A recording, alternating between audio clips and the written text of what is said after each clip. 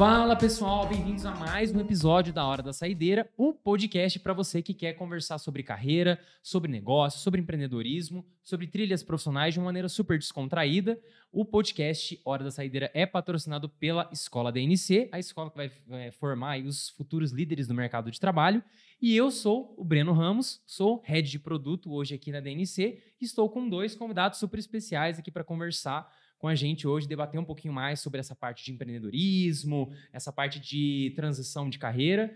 Aqui comigo tenho Juliana. E aí, galera, tudo bem?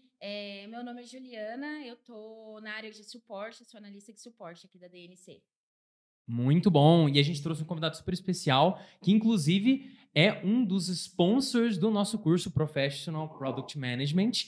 É Head de Design e co-founder de uma das maiores empresas de soluções de satisfação do cliente do Brasil, Yuzo. Se apresenta aí pra galera, Yuzo. Prazer, pessoal. Satisfação estar aqui com vocês. Obrigado pelo convite. Imagina, cara. A gente que agradece aqui. Conta um pouquinho pro pessoal das suas experiências profissionais, o que você já fez aí na sua carreira, né? Onde que você começou, onde que você tá agora, o que você faz agora. Vixe, já fiz um pouco de tudo.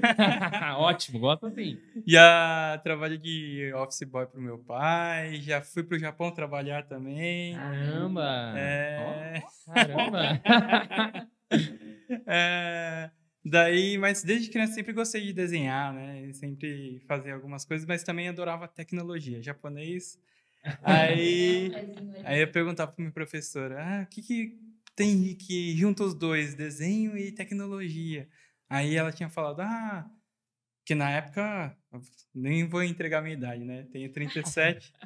Na época nem existia muito esse lance de design, assim, não era tão difundido. E aí a minha professora falou, tem mecatrônica.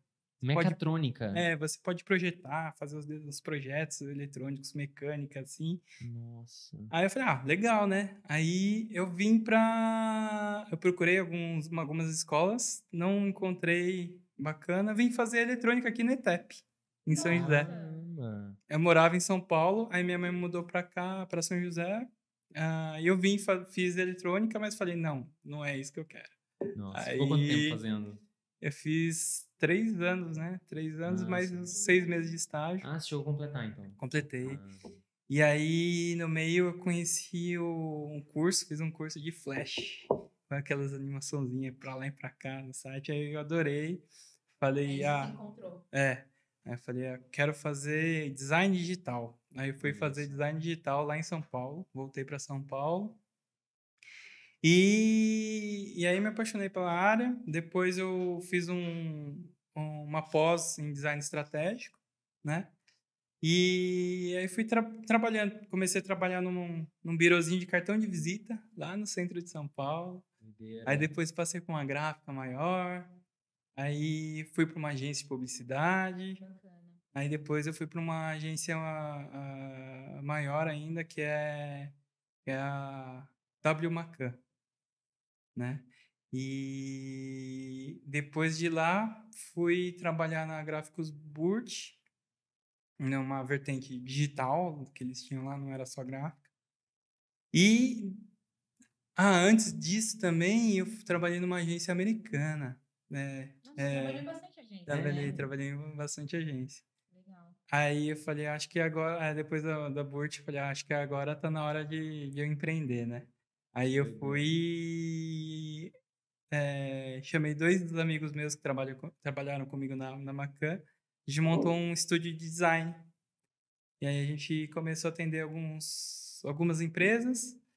Eu falei, acho que eu vou para um espaço de coworking, que acho que é mais descontraído, acho que é mais bonitinho, tá melhor localizado ali, lá na Vila Olímpia, lá em São Paulo. Sim. Aí foi bom, porque todo mundo que aparecia lá tava com uma ideia nova, precisava de uma marca nova, de construir um site. Muito mais fácil conseguir cliente lá, né? E aí eu consegui muito cliente lá. E consegui muitos clientes que eram de startups, né? E aí que eu entrei nesse mundo de startup, começando a desenvolver alguns apps, alguns sistemas online. E aí... Só que eu me desenvolvi bastante na área de design, né? E aí eu falei, acho que tá legal, mas assim, como gestão, eu não estava indo muito bem, né? E aí eu via que sempre tinha que pegar um projeto novo, sempre tinha que fazer uma coisa nova. E eu vi que as startups tinham um modelo de negócio muito mais interessante, que era a escalabilidade. Uhum. Então eu falei, preciso criar algo escalável, né? E aí veio o Thiago Serrano, né? Na verdade, ele é casado com uma amiga de infância minha. Olha só. Então vocês já se A gente conheciam. já se conhecia faz muito tempo. Então, e aí, como ele teve a ideia, né, do projeto e viu que eu trabalhava na área, ele falou, vem comigo, vamos construir isso aqui. Aí, na Loucura época, total. loucura total. E na época, eu lembro que ele me passou uma apresentação de 15 minutos, um monte de slide, PowerPoint, um monte de coisa. Meu Deus. Aí falou um monte de coisa ali, entendi nada. Mas falei, parece que é legal. Não, é brincadeira. A ideia começou com um programa de fidelidade, na verdade.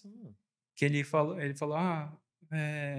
tive uma ideia com meu primo de ter um programa de fidelidade, tipo, na verdade era um programa de pontos, tipo de Gympass, né? Só que em vez de ser só para academia, por que não em todos os comércios locais, assim, né? E trocar pontos, ganha ponto comprando uma coisa em um lugar, troca com ponto em outro lugar. Seria maravilhoso. E aí a gente criou essa startup, a gente começou com Quero Pontuar, lá em 2015. E aí, aí a gente pegou e entramos no processo seletivo lá do Parque Tecnológico para ser incubado, né, aqui de São José. Agora chama Nexus, né? E aí a gente conseguiu passar, a gente conseguiu uma salinha lá, começamos a desenvolver esse projeto, conseguimos 50 estabelecimentos locais em São José para aceitaram participar. Isso em quanto tempo? Foi uns 5, 6 meses, mais ou menos. Nossa, tá ótimo. Não é tão rápido assim, porque é muita sola também. Gostamos muito da sola. Né, levando em consideração o tempo. Mas assim, a gente perguntava se eles queriam participar gratuitamente, porque a gente não ia cobrar nada, mas era mais para testar tudo. Aí a gente lançou, só que a gente viu que é muito difícil conversar com os comerciantes que estão ali tete a tete com o público deles, né? Qual que Então era a eles dificuldade, assim? era engajar a eles darem os pontos, porque para eles darem os pontos era uma dor muito grande. Então ninguém acabava dando e eles não viam muito retorno na troca de pontos e acabava não não agitando tudo, né? Não movimentando todo o modelo de negócio. E aí a gente viu que era um caminho difícil, a gente precisava ter algum diferencial. Daí o Thiago viu uma palestra do Sebrae lá sobre pesquisa NPS, né? Aí ele falou, interessante isso aí, né? Vamos tentar aplicar, né? Aí a gente aplicou junto com a distribuição dos pontos, a gente mandava também uma pesquisinha ali em NPS. E tinha um estabelecimento ou outro que eles fomentavam bem a troca de pontos, né? E um deles era o Bazar Rondo, ali no Jardim Oriente. Olha só. Aí a gente viu que, eles conseguiram mais avaliações em um mês do que o Bar do Coronel no TripAdvisor. Tá brincando? Foi. E eram informações muito, muito relevantes assim para o modelo, para o negócio, para melhorar o negócio em si, né? E aí a gente viu que tinha um grande potencial, né, na pesquisa de satisfação, mas que os pequenos comerciantes não davam muito valor.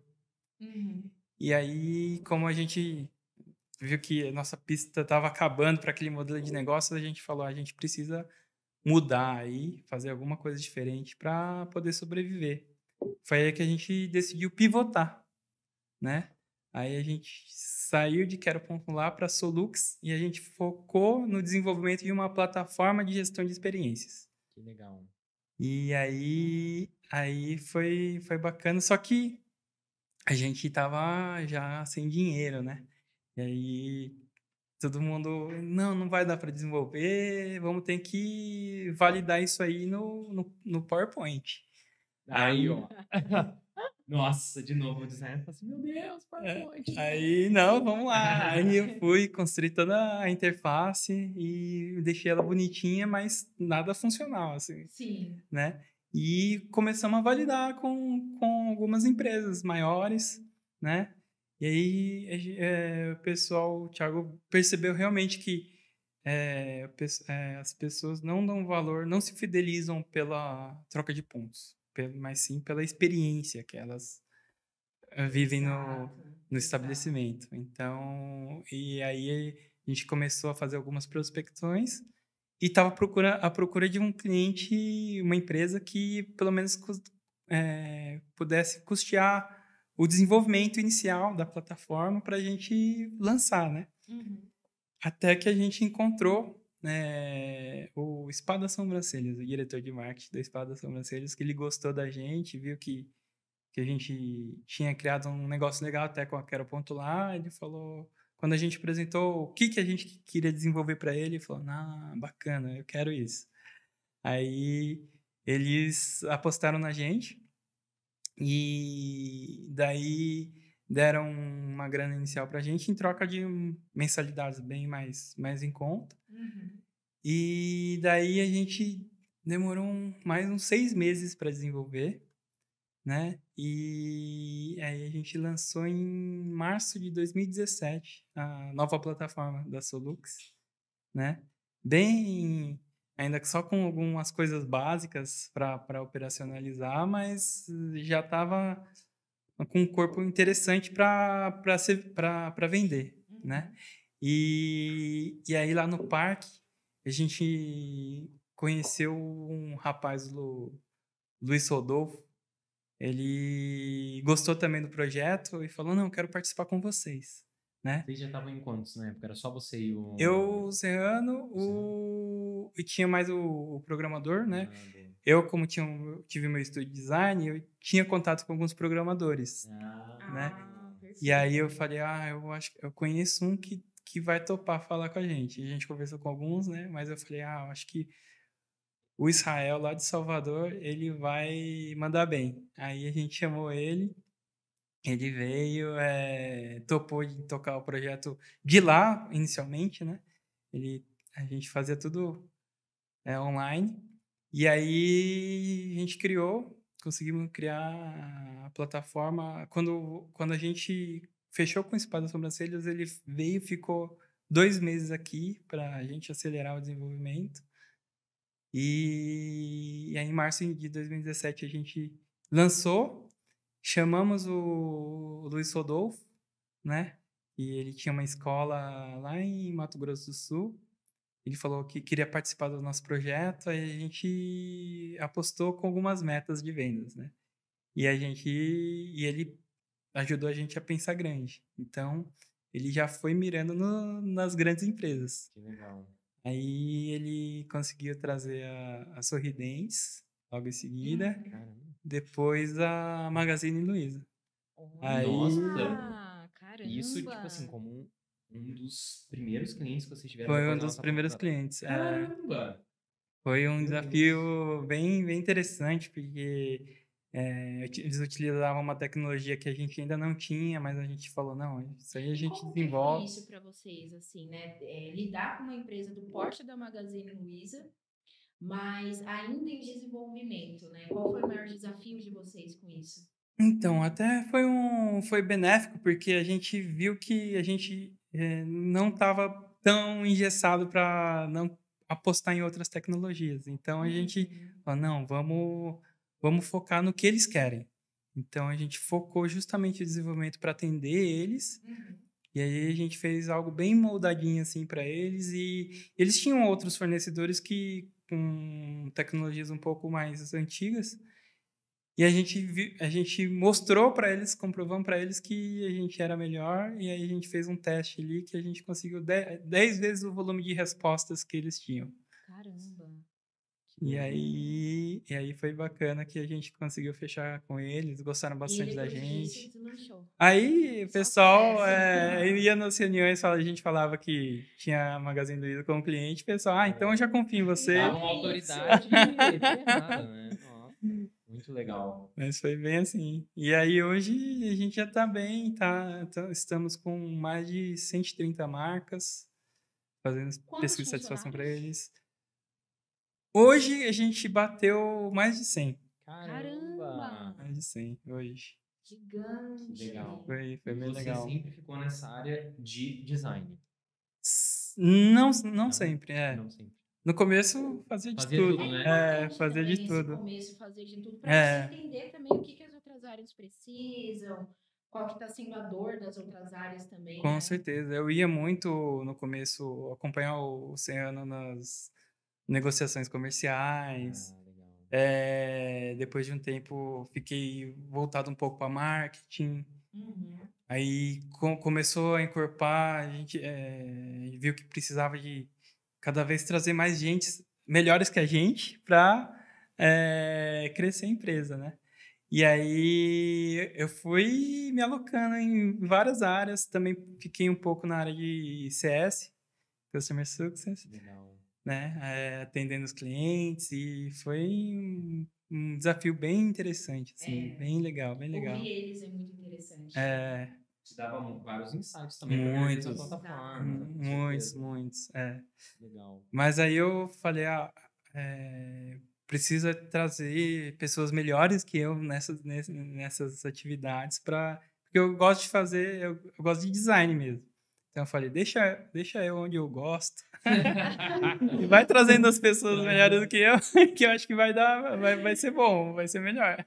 Que legal. E Né? assim, hoje você como head design até é interessante, porque é pouco comum a gente ter co-founders que têm um core em design, né? A gente, inclusive, foi um negócio que a gente estudou muito antes da gente escolher os sponsors, o convite, né, para a nossa formação de Product Management.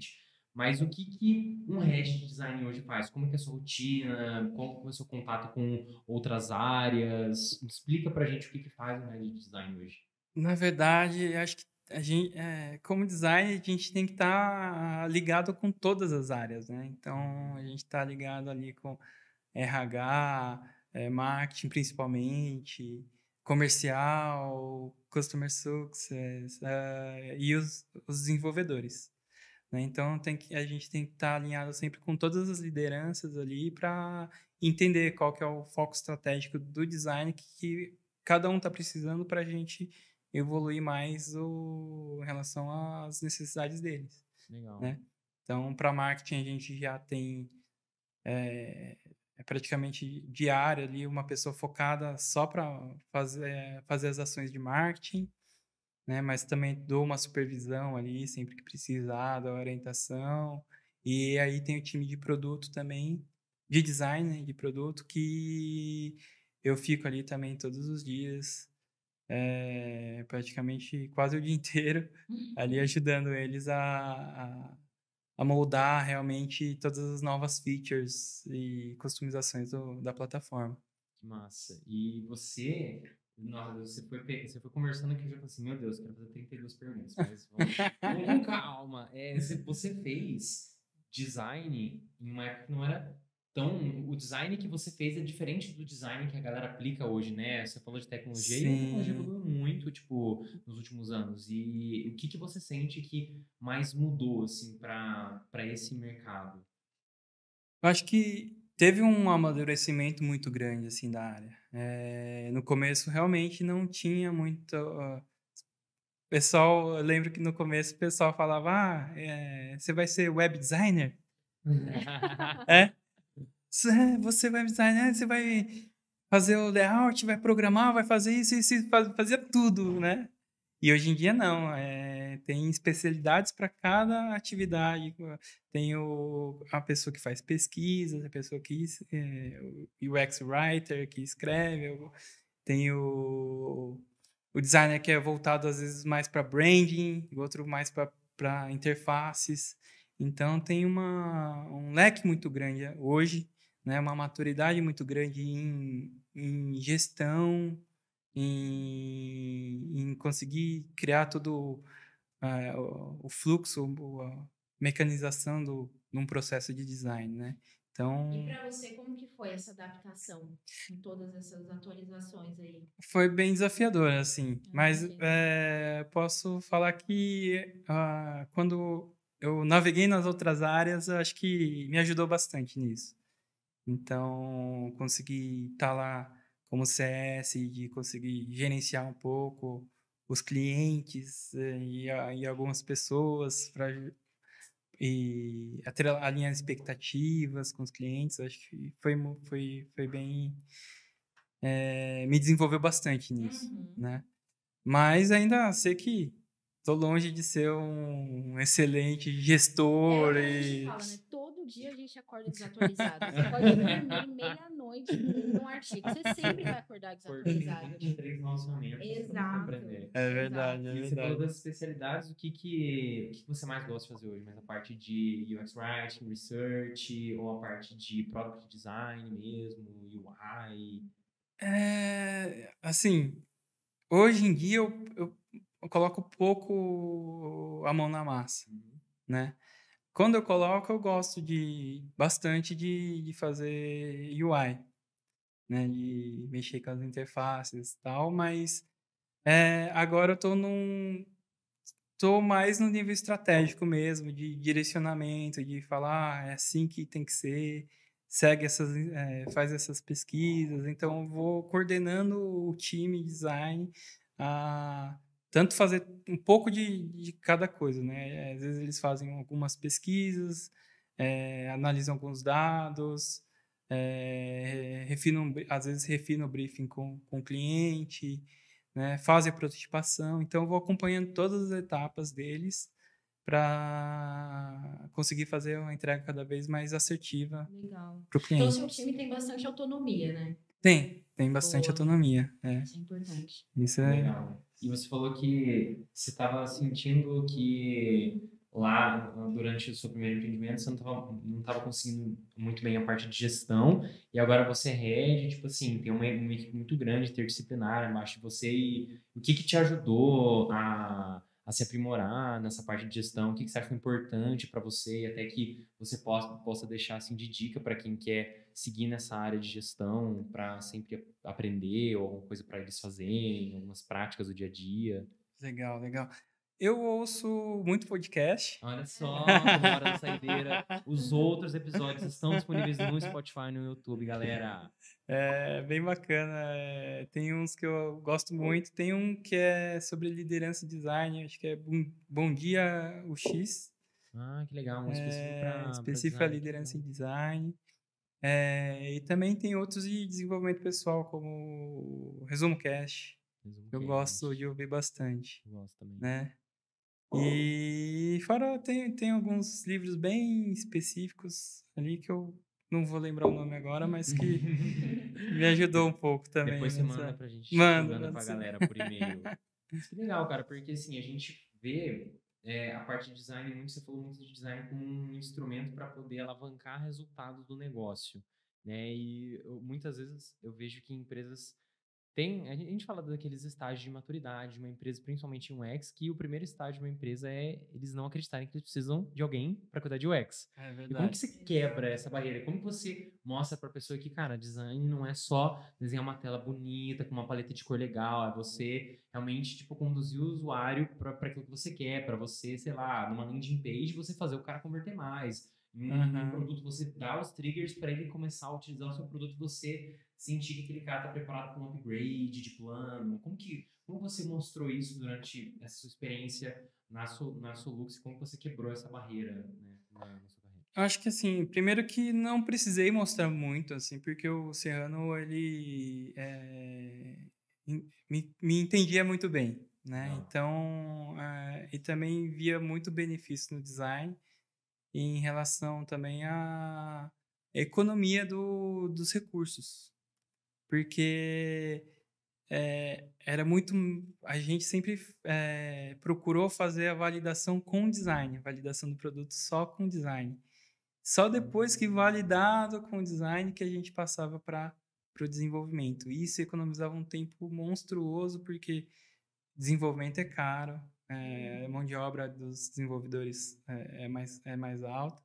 Então, quando a gente faz um design de alguma funcionalidade, de alguma peça, de algum novo produto que seja, se a gente faz baseado em dados, baseado em pesquisas, baseado na opinião dos clientes, a gente corta um caminho muito, muito grande aí em relação a ter que reformular o desenvolvimento, ajustar o desenvolvimento em várias coisas. Isso, então, tipo, os seus designers, eles basicamente estão o tempo inteiro com o cliente, validando, entendendo a situação. Sempre validando, fazendo muita pesquisa. Legal. Não necessariamente com o cliente. Nosso cliente é um pouco difícil da gente conseguir algumas reuniões, porque é B2B, então os profissionais não... É um pouco difícil de fazer a validação, né? Então a gente tenta fazer validações de uma certa maneira ali, mas entregando Quando vai fazer a validação final com o cliente que a gente consegue, a gente já tenta entregar ali um protótipo mais de alta fidelidade.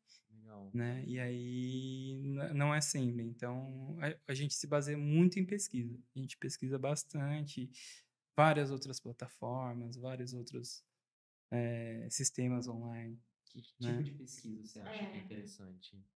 Esperam você falar, Ju? Não, eu ia perguntar também em qual momento você percebeu que essa pesquisa mais profunda seria um diferencial para o seu negócio, sabe? Qual momento você teve esse insight, assim, que se aprofundar um pouquinho mais em pesquisa, ouvir o cliente, faria diferença para o seu produto? Eu acho que desde a minha época do estúdio de design, que eu sempre tive isso. Feeling Então, mesmo, né? no meu estúdio, eu apanhei muito com os meus projetos no meu estúdio, porque sempre tinha um cliente que falava, não, eu queria desse jeito, não assim, não, e se tivesse isso, se tivesse aquilo. Já Então, retrabalho, todo. tinha que fazer muito retrabalho, e aí, como normalmente eu fechava um pacote com o cliente e fechava com o desenvolvedor também, se tivesse muita refação com o desenvolvedor, eu levava prejuízo. Então, eu procurava resolver muita coisa só com design primeiro, e aí depois passar para o desenvolvedor. Perfeito. Né? E a pesquisa é sempre bom, assim, você procurar inspirações, procurar saber como que as pessoas interagem com as interfaces, né? Saber quais os recursos visuais que a gente tem, que a gente pode utilizar para resolver um problema, para direcionar o usuário para um determinado caminho. Então, isso sempre me chamou muita atenção. E aí, eu consegui me desenvolver, assim, razoavelmente para montar o que a gente tem hoje na Solux. E você consegue falar para a gente até um caso de algum teste que você fez que você estava crente que ia realmente dar um resultado X e deu algo totalmente diferente, seja em questão de usabilidade, seja em questão de necessidade do usuário, porque a gente fala muito da prática, né? E o que eu vejo geralmente de dificuldade, principalmente na galera que está validando o produto, é entender a maneira como eles fazem a pesquisa, como eles fazem o teste, o que eles querem realmente naquele teste, porque a galera fala assim, vamos fazer pesquisa com 10 mil pessoas. Fala, calma, não precisa de 10 mil pessoas para validar se você quer. Entendeu? E o que você tem de caso legal que você lembra, assim, de um... Acho que foi mais no começo, né? Teve alguns casos não específicos que realmente deu muito problema, mas a gente já fez algumas features que a gente achava que ia bombar mais, mas não foi muito para frente. E aí, o Serrano, ele veio com uma ideia muito interessante de juntar todas as necessidades dos clientes. Então, semanalmente a gente tem uma reunião, a gente pega todas as requisições dos clientes, fala, não, queria que a plataforma fizesse isso, fizesse aquilo, Então a gente vai juntando e vendo que as que têm mais dor, né? As que doem mais e as que estão alinhadas com o que a gente tem como visão de produto. Uhum. Então a gente junta tudo e fala, ó, pela demanda dos clientes, pela nossa visão de mercado, de produto, vamos desenvolver essas features aqui. As outras a gente deixa para depois. Né? Então, é assim que a gente vai fazendo para conseguir adequar cada vez mais o produto ao mercado. Boa, Perfeito. legal. Né? E o que você entende por... explica o que seria visão de produto? Porque é muito comum, às vezes, você... Claro, você tem que ter noção, né, que o seu usuário é muito importante, que ele é seu cliente, que ele que vai pagar as contas da empresa, mas muitas vezes eu vejo a galera de startup que está começando agora mudar muito o produto toda hora, cada cliente grande que entra e meio que eles acabam se perdendo no meio do caminho. Que um negócio vira uma colcha de retalhos, porque tem uma feature que um cliente X pediu, aí tem outro que o cliente Y pediu, e na verdade, vai olhar um ano depois, você tem um negócio que é um Frankenstein. Sim. Como que você constrói uma visão de produto que ao mesmo tempo valida algo que você acredita como empreendedor, mas também dá liberdade para você ir repensando e repriorizando algumas coisas de acordo com o cliente? Assim, a gente não se desfaz da visão de produto que a gente tem, Uhum. né? Às vezes vem muitas ideias interessantes que a gente tenta resolver de alguma forma, junto com a solução que está sendo desenvolvida, às vezes, ou a gente espera um pouco para ser desenvolvido depois. Mas a gente, quando vem algum cliente que procura algo muito específico, a gente sabe que a gente já testou algumas vezes e sabe que sempre é um cliente que dá muita dor de cabeça para a Mais gente. sensível, né? E que demanda muito, mas que não agrega muito valor para a gente como produto e financeiramente também. Uhum. Então, a gente percebeu que quanto mais alinhado a nossa visão de produto e mais as demandas vão se alinhando junto a essa visão, melhor para o desenvolvimento do produto. E Perfeito. mesmo que algum cliente grande venha com uma demanda específica, a gente às vezes fala não para os clientes. Entendi. Quando dá, a gente abraça e tenta resolver de alguma forma, mas quando é muito diferente, a gente realmente fala não. E já teve algum caso assim de um cliente grande aparecer e vocês terem que abrir mão? Sim, sim. Teve várias. O comercial chora, né? Mas depois eles entendem. Comercial chora. Primeiro chora, depois eles entendem. Teve várias. Mas a gente vai tentando contornar e à medida que a gente vai cada vez mais desenvolvendo o produto, deixando ele mais com mais features, com mais funcionalidades, a gente vai vendo que uma outra demanda de um cliente que tinha pedido ali antes, a gente vai conseguindo abraçar, vai conseguindo atender. É uma forma de Então, vocês ficarem mais abrangentes também, né? isso. Então, antes a plataforma era muito mais engessada, né? Então, agora a gente está deixando ela cada vez mais flexível para conseguir atender cada vez mais outros tipos de clientes. Uhum. Né? Legal. A gente começou focado com varejo, né? Então, a plataforma foi moldada para o varejo e aí, quando a gente começou a atender outros mercados, por exemplo, o mercado de saúde, de seguradoras, de educação, então a gente viu que não dava para ter um produto engessado, que nem a gente tem. Então aí a gente começou a ver que realmente precisava se desenvolver com outros braços, né, a Uhum. plataforma. Obviamente todos os segmentos querem entender como é que está sendo a experiência dos clientes dele, né? Porque Sim, isso sim. é muito rico. Você falou que no começo tinha muitos negócios locais que não viam muito valor nessa pesquisa. Né? E como que vocês mostram esse valor para os clientes hoje? É claro que todo mundo está falando de experiência cliente, todo mundo está falando de NPS e tal, mas como que a plataforma, o que você identifica que seja o principal diferencial da plataforma de vocês hoje nessa gestão de experiência? Eu acho que o nosso principal diferencial foi trabalhar com confiança nos dados, primeiro. Então, a gente tinha ali uma base muito forte em ter os dados corretos na plataforma e mostrar que a plataforma entregava dados seguros, né, relevantes para as empresas, né? E para isso a gente teve que fazer penar bastante para conseguir operacionalizar e gestionar todo o volume de dados, né? Uhum. Hoje em dia a gente tem 30 milhões de pesquisas por ano, né? Caramba. Então é bastante informação, assim. E outro diferencial que a gente teve foi que nem na pesquisa do NPS, na, no livro do Fred Hitchheld, né? Lá, quando ele criou a metodologia lá em Harvard, ele falava que tinha pergunta NPS, a escala de 0 a 10 ali, né, e um espaço para comentários, mas ele não falou que era fechado aquilo.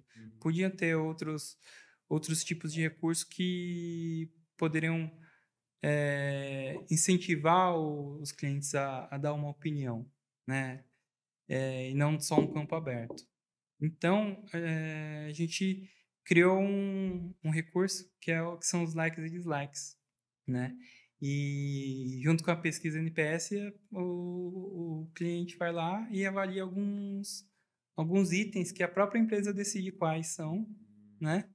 E aí é que a gente chama de motivadores, mas nada mais é que uma pesquisa estimulada, né?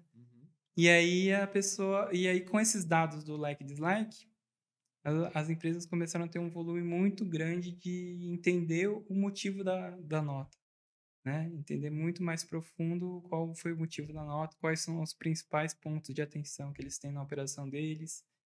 E aí a gente desenvolveu um recurso além dos likes e dislikes, que eram os likes e dislikes dinâmicos. Eles se alternavam ali para cá, para o item mais crítico em cada uma das unidades.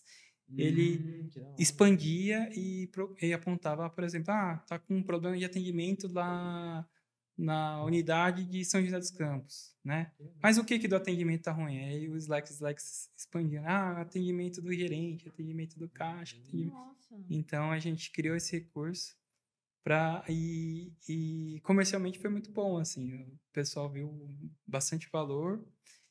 E depois de um tempo ainda a gente criou uma outra funcionalidade, foi o machine learning, né? Nos comentários. Porque depois dos likes tinha um campo de comentários, onde a gente conseguiu fazer a interpretação do texto que o pessoal deixava. E não só por pessoal alguns machine learnings fazem o uso da tecnologia mais como nuvem de palavras e juntava palavras talvez similares. Mas a gente desenvolveu o machine learning pela sintaxe. Ou seja, se a pessoa falava fui o vendedor foi muito grosseiro comigo. Aí a gente já sabia que aquilo ali era um problema de atendimento, Olha, que legal. entendeu? Caramba. Então a gente começou a criar tags específicas pela sintaxe, né? E aí isso foi um grande diferencial também da Caramba. gente. Quantas pessoas tem lá no time de tecnologia? Você falou que são 100 pessoas, imagino que é bastante. Tem Pra- bastante, eu acho que tem 40, Caramba. talvez, Nossa. mais ou menos. Legal. Caramba, é muita gente. Muita Trin- gente. Tem 35, 40, eu não lembro direito. Mas é a maior É o coração da equipe empresa. a equipe a gente tem noção de que a empresa é uma empresa de tecnologia, né? Exato. Então, Tem que investir a gente tem bastante. que investir bastante em tecnologia, né? E a equipe de design até que é pequena, tem três, quatro comigo, né? 4 designers Olha comigo. só. E aí você falou tem expert de tecnologia e a de produto é separada lá. Ou é de produto fica dentro de tecnologia ou dentro de design? Não, o produto envolve tanto tecnologia e design. Legal. Boa. E até você sendo até um dos sponsors do nosso curso, né, do Professional Product Management, por que que você explica para a galera até por que que você acha que é importante uma pessoa de produto ela entender de UX, entender de UI, e como que você já viu que isso faz diferença, por exemplo, no dia a dia da Solux? Eu acho que é fundamental entender um pouco de tudo, né? Não é todo Uhum. mundo entender um pouco de tudo para não para conseguir pelo menos conversar de igual para igual em alguns pontos necessários para o desenvolvimento do produto, né? Então, acho que um PM, para conseguir extrair a qualidade necessária para aquela entrega seja mais assertiva possível, ele tem que saber cobrar dos designers o objetivo, né? Então, e não dá para só falar que, não gostei, eu gostei, né? Tem que ter um nível de profundidade para falar, ó, isso aqui não tá bom porque o usuário não vai atingir adequadamente o objetivo lá no final. Uhum. Então, você sabe, o PM conseguir gerenciar todo o projeto e fazer com que tudo se encaixe perfeitamente, acho que é fundamental. Não precisa ser especialista, né? Mas Mas precisa ter saber um conversar. conhecimento, saber Até conversar. porque é uma outra validação, né? Antes você validar com o usuário, valida com o produto, porque senão o cara tipo, fala assim, não, tá tudo certo. O usuário fala, não, Hum, não tem nada a ver. Aí o cara fica assim, Sim, meu Deus, estou perdido. O que que tá acontecendo? verdade. Mas acho que é o papel do designer já fazer a validação, eu acho, mas acho que é um papel do PM, pelo menos, saber que aquela validação está correta, que foi obedecido todas as etapas de design, né? Teve a pesquisa, teve a prototipação, teve a validação, e aí sim foi para o desenvolvimento. E aí sim mandar para o pessoal desenvolver, né? Então tem que garantir a qualidade também um pouco de todas as etapas. E você falou que você precisava contratar bastante gente, né? Principalmente pessoas que são melhores tecnicamente em você em alguns pontos, né? Mas você deve ter feito muita entrevista já, né? Durante esse tempo que você tá na Solux, né? Tenho feito bastante até. Legal. Não tanto quanto os outros. O pessoal de tecnologia vive fazendo entrevista. Nossa, imagina. Não para de entrar, galera, né? Comercial também, Legal. mas fiz algumas, sim. Acho que a gente deu sorte aí de encontrar pessoas muito boas, né? E a gente sabe que a gente tem que ter pelo menos a noção das nossas deficiências, né? Do que a gente não é bom, do que a gente é bom, do que a vaga precisa de alguém que seja bom nisso, bom naquilo. Então, isso é o principal. Então, quando a gente vai fazer alguma entrevista, a gente tem que saber o que a vaga está precisando e se a pessoa tem as qualificações que aquela vaga precisa, né? Legal. E tem muita gente que escuta que a gente, né, que vê a gente, que quer uma transição de carreira. A gente falou bastante aqui de área de tecnologia, área de design, área de produto.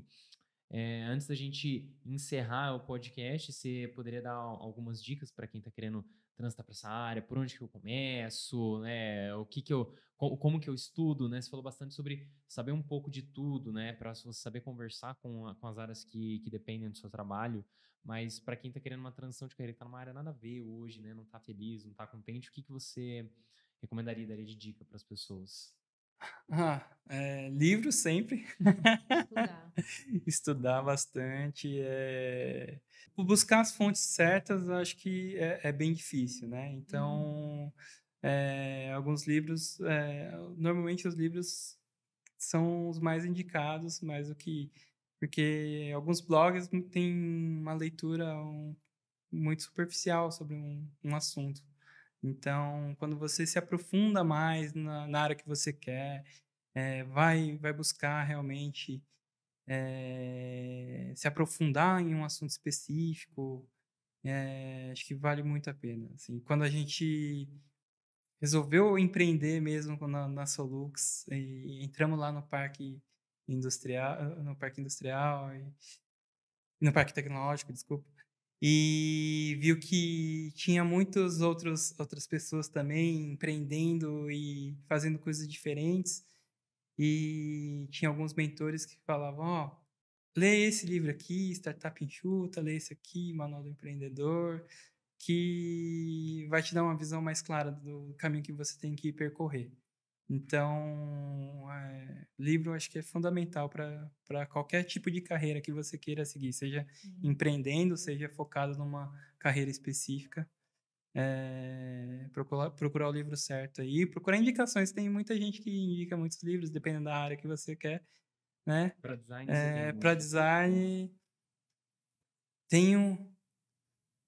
tem alguns aqui, mas, nossa, não vou lembrar de cabeça agora.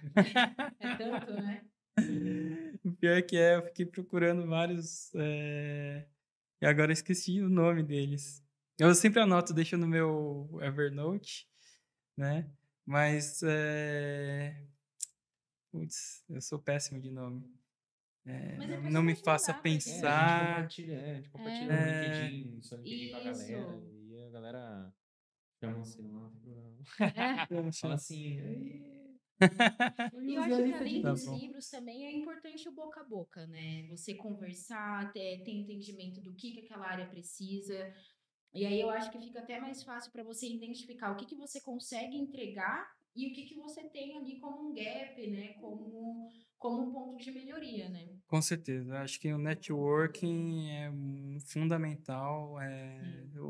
Um bate-papo que você tem com alguém que está um pouco mais à frente, já passou as mesmas dores que É você, muito rico, né? é muito rico. Te ilumina, te faz abrir o caminho, assim, abrir a visão e você conseguir ser mais assertivo na sua carreira.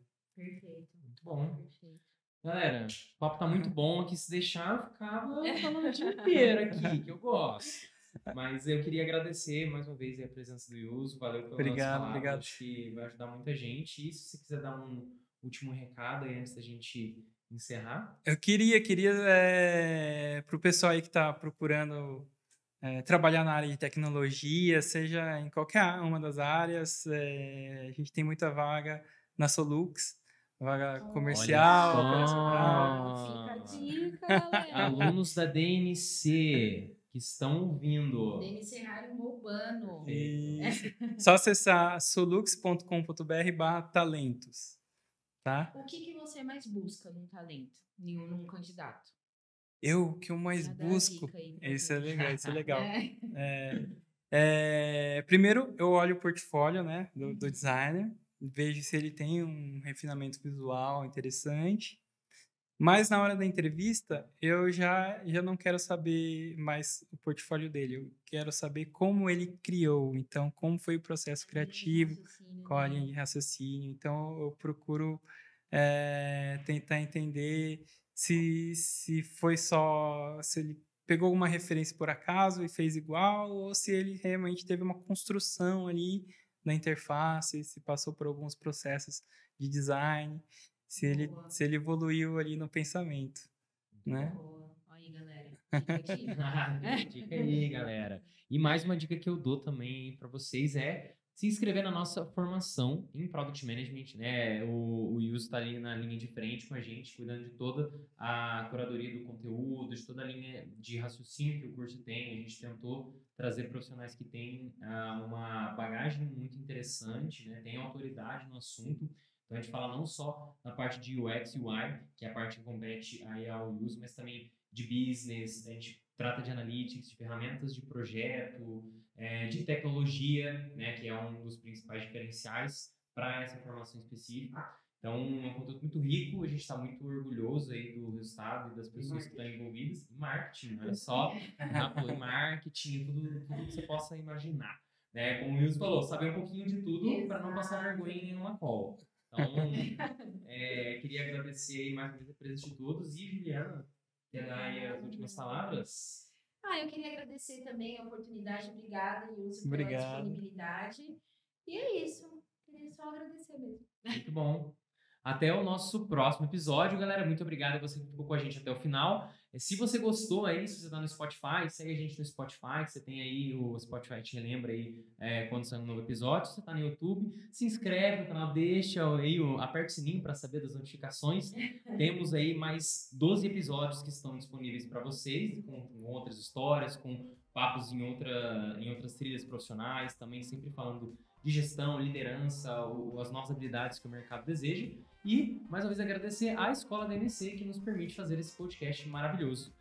Encerramos por aqui e muito obrigado. Até o próximo episódio da Hora da Saideira. Valeu, galera. Obrigada. Valeu.